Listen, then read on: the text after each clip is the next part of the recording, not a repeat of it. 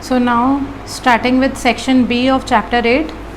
Section B, the first topic for section B is EMF. The full form for this is electromotive force.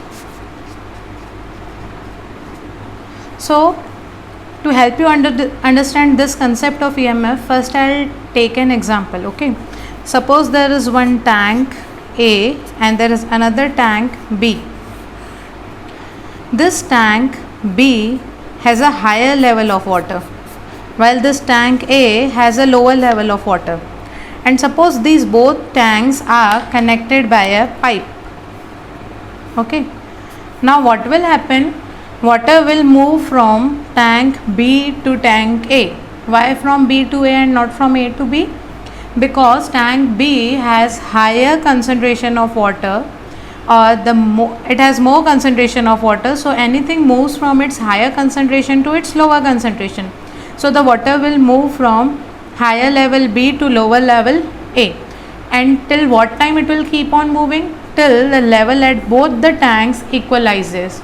Till the level of water in both the tanks equalizes, up till then this water will keep on flowing. But now suppose if I want this water to move from tank A to tank B, is it possible?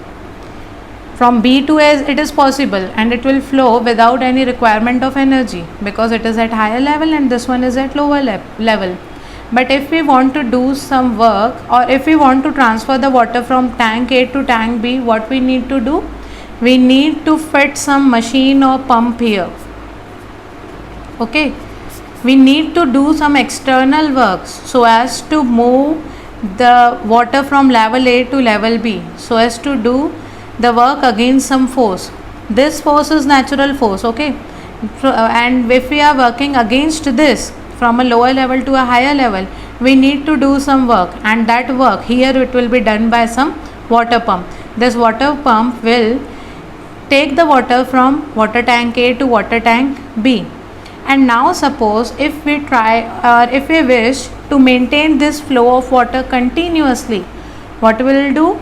We'll keep this pump, okay, to shift water from here to here, and we will continuously maintain the levels as one tank at a higher level of water and one tank at a lower level of water. So with the help of this pump we can maintain this difference continuously, and there will be continuous flow of water.